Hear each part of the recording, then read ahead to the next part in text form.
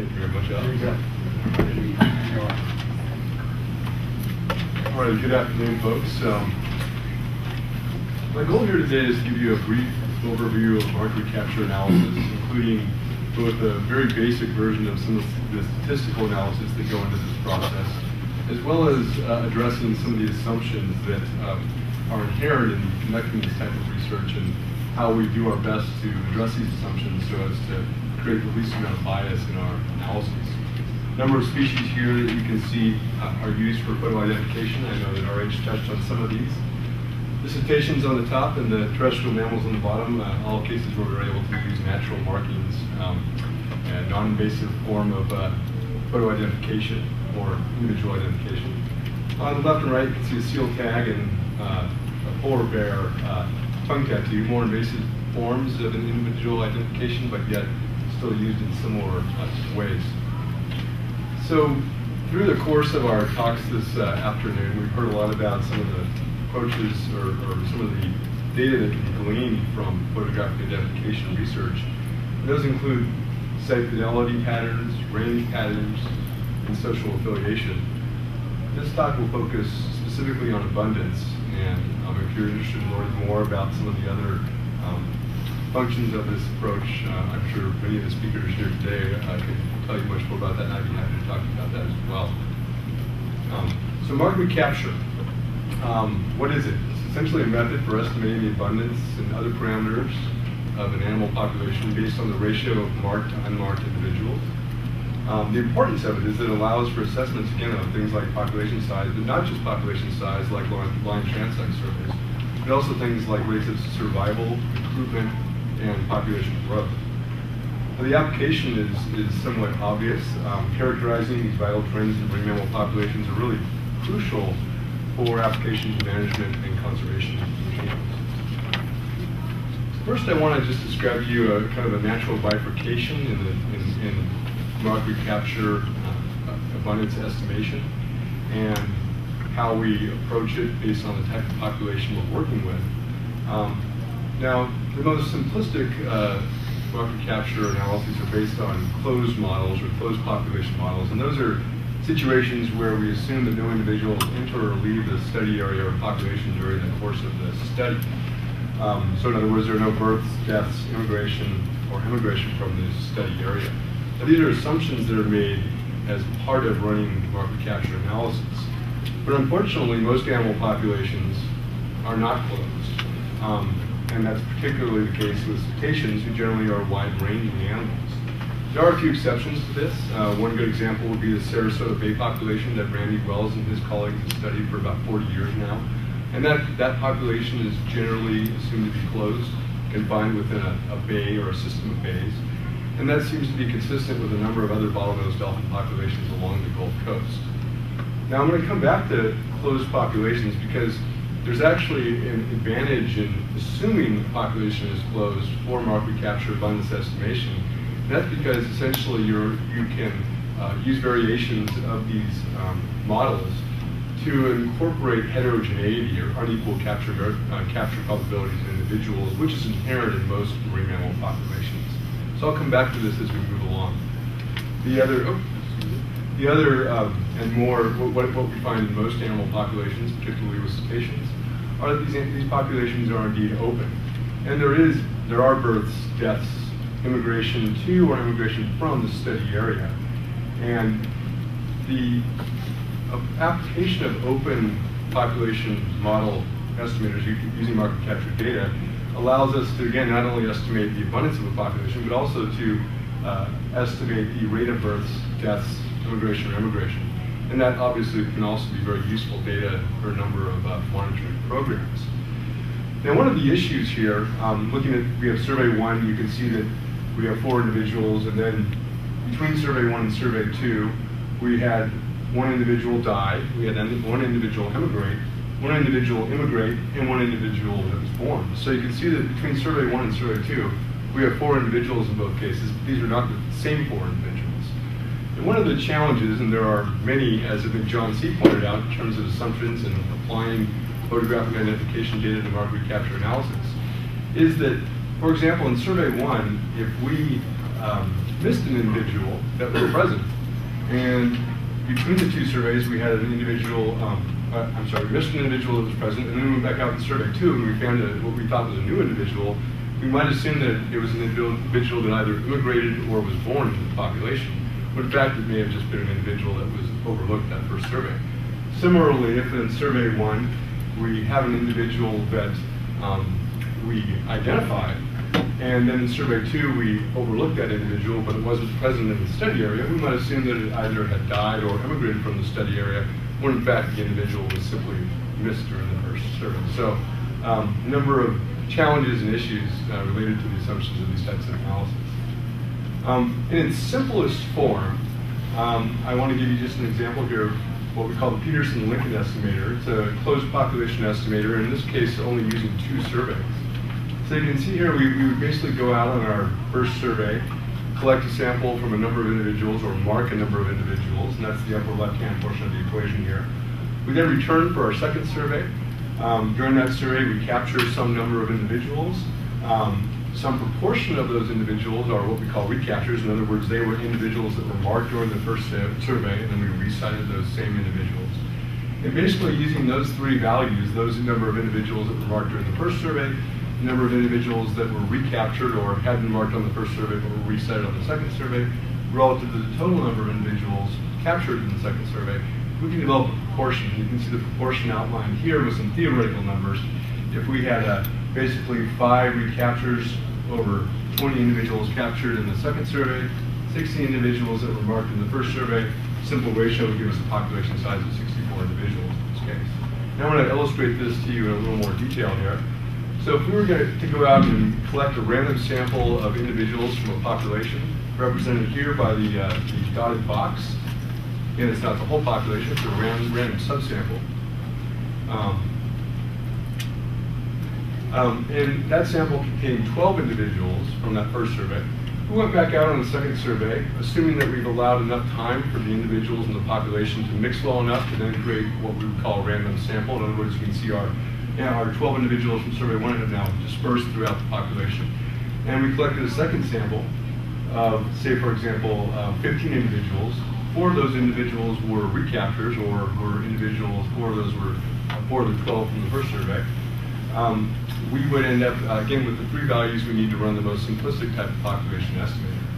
So here, again, taking the M over N equals R over C, adjusting that equation a little bit, and again, is the abundance estimate we're looking for. You can see in this case, we have 12 by 15 over 4. We would come up with an abundance estimate of 45 individuals. And in actuality, in this case, we had 43 individuals in this population. So a relatively good estimate. We're not producing confidence intervals here. The statistics get a little more complicated, and I don't want to bore you with too many numbers. But you can see the map here is relatively simple. My 5-year-old could probably almost do this at this point, hopefully by the time he's in kindergarten next year, he'll be there. Now, it's pretty uncommon that we only go out on 2 occasions and develop an abundance estimate from that. And our precision typically is going to be pretty low if we're only using 2 surveys. So what is more typical in most marine biology work is that we use a number of surveys, multiple surveys, in order to develop these abundance estimates. In this case, again, I'm using a relatively simplistic approach called the Campbell method. It's a closed population. It's really just an extension of the Lincoln-Peterson method applied to multiple surveys. Again, we're dealing with basically the same variables here. How many animals we've caught, how many recaptures we have. But in this case, we're doing some summing across surveys to develop what we call the U value. And let me show that to you here in a table. So again, here's 4 surveys. You can see in each of those surveys the C value is the number of animals that were caught. You can see in each case there were 20 individuals that we captured. In number 1, you can see obviously recaptures are 0 because it's our first survey. So our unmarked animals are 20, and we don't have values for M or C, or the product of C and M. Second survey, you can see that starts to fall out. So we have 5 individuals that were captured on the first survey, which are now recaptured, 15 new individuals, and so on down through the table. At the end of the day, to run a population estimate using this Campbell method, we're looking to sum really two sets of values, and that's the product of C by M, captures by marked individuals, and the sum of recaptures. If we did that, again, really using just the same equation here, but simply now summing across multiple surveys, You can see again the math is quite simple, and we end up with an estimate here, in this case theoretically, of 94 individuals. So I'm showing you these examples really just to give you the basis of how market capture works. It's based upon the proportion of marked individuals in the population, assuming it's a random sample relative to the population as a whole. Now, as we get into more complex models, we have a lot more math and statistics and assumptions that we need to address and deal with. And those would be open population estimator models. And probably the most well-known one of these models is the Jolly-Sieber. And a few things that I want to mention about the Jolly-Sieber model. First of all, early versions of this model, really, you had to make the assumption, or the statistic really relied upon equal survival or capture probabilities of all individuals in the population. That's very, very hard to achieve and very unlikely in most scenarios. Fortunately, newer versions of the Jolly-Sieber now allow you to group subsets of individuals within the population, for example, by age or sex. And you can also incorporate covariates such as body size. And that allows you then to apply different capture probability and survival probabilities onto these different subgroups within the population. It allows a lot more flexibility in using these types of models for these analyses. I also want to mention a couple of the issues here again, some of the challenges that we have, and that is that if, for example, you're dealing with a population where you had a very high rate of capture probability. In other words, you went out over and over again, you saw the same set of individuals. If you went out, say, the 10th time, you didn't see that set of individuals, say 2 were missing, you might assume that they are either died or they emigrated. Similarly, if you were going out and you only occasionally saw certain individuals, if you went out on a survey and didn't see that individual, you said, well, it's probably still alive, we're just not seeing it today. So it's hard to differentiate in some cases when you're dealing with either high or low capture probabilities, whether the absence of an individual is due to emigration or death or simply the fact that you've not seen it. So you can imagine when you're dealing with this type of data, you can always say, well, those that are alive and seen on a given day, we know they're there. The challenge is if they're alive and not seen or dead, and estimating those values is quite challenging and relies on some pretty complex statistics. I'm going to move on now. We won't walk through an open estimator here. We'll move right on to some of the assumptions and how we try to deal with those. And those really apply to all these models. Now again, in some of the most modern market capture techniques, there are really advanced approaches to dealing with unequal capture probabilities, as well as not necessarily collecting a random sample from your population. But regardless of that, we're always going to make our best attempt in the field and in the way we design our surveys and the way we design our study to address those biases on the front end. So one of the issues with unequal or equal catchability is the relationship between fin distinctiveness and photo quality. And what I'm showing you here is in the first 3 sets of 4 fins, the one over here, here, and down here, you have the same 2 individuals, one on the top and one on the bottom. And what you'll notice, hopefully from your distance, you can see that the individual on the bottom has quite a bit more distinctive fin than the individual on the top. I think there are 3 pretty good notches here in this individual and 2 smaller ones on the upper individual. So what you can imagine is that if you go out and you have a slightly blurred picture, a picture with slightly bad exposure, or some parallax to it, with the more distinctive individual, you can usually still say, hey, I know that's Joey or Johnny or whoever. With the less distinctive individual and the same degradation of quality, you no longer can identify that individual as being Joey or Johnny. So if you're willing to accept photos of lower quality but more distinctive individuals, you're biasing towards those individuals that are more distinctive. In other words, they would appear to be in your study population more frequently. So you essentially have to set a ceiling or a threshold for quality. And that is that the less distinctive individuals in your population could be identified in the same quality image that your more distinctive individuals could be. And the table that I already showed earlier was from a paper we published in 2002 where we did just that. We attempted to set a kind of minimum quality criteria where even those less distinctive individuals would be identifiable, thus not biasing towards more distinctive individuals.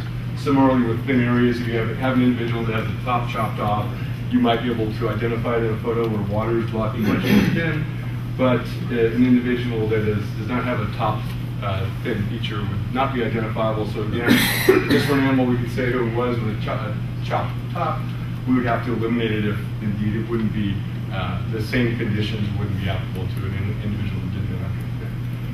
Also, in terms of mark evolution, a lot of these studies are long-term, and there's always concern that over a long-term study that an individual might gain new marks and appear to be a new individual. So all of a sudden we assume an individual's emigrated or died, and we appear to have a new individual that's in the population. Now in this case, thank you RH for contributing these photos for this application. You can see an individual that spans 16 years. And if you look closely, you'll notice here that at the tip of the fin here, there are some new notches here that appeared somewhere between 1984 and 1997. But overall, you can still identify it as being the same individual. So it's something to be concerned about, to take into consideration as you do this kind of analysis, and to try to hopefully update your catalog if indeed you do see something like this, so that you can continue to track that individual forward. Also, with dolphins, we tend to have a lot of individuals, or some proportion of individuals, that are not marked well enough to be distinctive. So in running our population estimates, we're only basing these numbers on those individuals that are marked in the population. For those individuals that are unmarked, we need to develop an estimate of that, and Amanda's done that with the current database that she talked about. And we essentially then apply correction factors to our abundance estimates to determine what our true estimate should be. In terms of survey design, again, we're concerned about equal capture probabilities. Some study areas might have sub-regions within them that are favored by one sex or one age. And so when designing the study, you want to make sure that you're covering all different types of habitats and regions, anything that could potentially bias you towards certain sex or age groups. A couple study areas that I work in regularly here, Catalina Island and San Diego. In both cases, you can see complete surveys that were conducted across the study areas. We, again, want to try to spread our survey effort over a relatively long period of time, and we want to space those surveys. We don't want to do 5 days in a row and take a month off, do 5 days in a row and take a month off, because then you're biasing towards maybe perhaps one group of individuals that are in your study area over a short period of time. Ideally, you're spacing your surveys a couple weeks apart, allowing for some random mixing to occur within the population, and thus achieving the goal of equal catchability and collecting a random sample.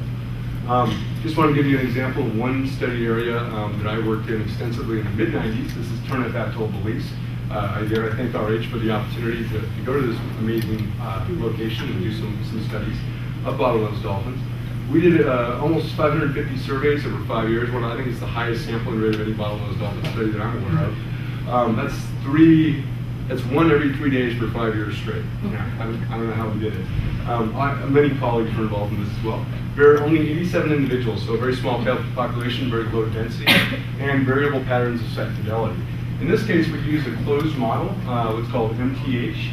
And I mentioned that closed models have a value. So the Jolly Zebra model that I talked about, this open model that allows for estimates of recruitment and immigration, et cetera, it's very sensitive to unequal catchability. Closed models have adjustments for those, and they're less sensitive to those types of issues. So in this case, we selected this model because it allowed probabilities to vary by time. It allowed for individual heterogeneity based on age, gender, behavior, and it didn't, past capture histories did not affect current capture probability. So it was basically a model that we, looking at the population, thought was appropriate in dealing with some of these biases that I've talked about. Quickly, I want to just point out the two estimates you see here on the table in the upper left are the photographic identification estimates, population size estimates we developed from that model. You can see we had 82 and 86 individuals identified, and those seem pretty reasonable based on the number of photo IDs, 66 and 68 respectively. Just a few months ago in Mammal Science, there was an article that came out on a Lyme transect survey of the same area. You can see their numbers quite a bit higher than what our numbers were, but their confidence intervals are much, much wider. So there's much less precision you can see here in this estimate. Also, I think the authors state themselves the Lyme transect survey had small sample size. It was done in a relatively short period of time, and didn't address a number of the biases or assumptions or issues with Lyme transect methodology. I think they both, though, at the end of the day, demonstrate that this is a small population that is living in a sensitive environment that deserves some conservation efforts. So finally, I'm not going to give any demonstrations of MARC today, but this is an amazing tool for those who are interested in the statistical analysis of this type of data. When I was doing the study I just talked about 10 years ago, I was using DOS-based green screen program called Capture that anybody who's done market capture analysis might remember. Now we have a Windows interface that has a suite of incredibly powerful tools with the mathematics behind them to do all sorts of modeling. So what you're seeing kind of currently in this area is not really the use of, we used to say, well, is it open or is it closed? Which one are we going to do? Now we're finding, using things like MARC, we can really approach it from a robust perspective. In other words, I mentioned the sensitivity that open population estimators have to unequal catchability. Well, so closed models are better. So what we can do is we can shorten up our sample period. Say we have a 5-year study, we can say every 6 months, shorten up where births and deaths are unlikely, there might be a little bit of immigration, emigration, we're not perfect on our assumptions, but we're close, and we get a much more precise estimate. But we're also interested in things like recruitment and immigration, births, deaths, those things I talked about. The closed population models don't allow that, so you can use an open population model for these types of estimates. So what you're seeing now is most people currently in the sort of modern approach, using this software and applying multiple models, using closed for estimation, open for survival, etc. So thanks everybody for your attention. Again, special thanks to John next door, my supervisor, my thesis advisor, RH, and my very good friend and colleague, Dave Weller. And thank you all of you for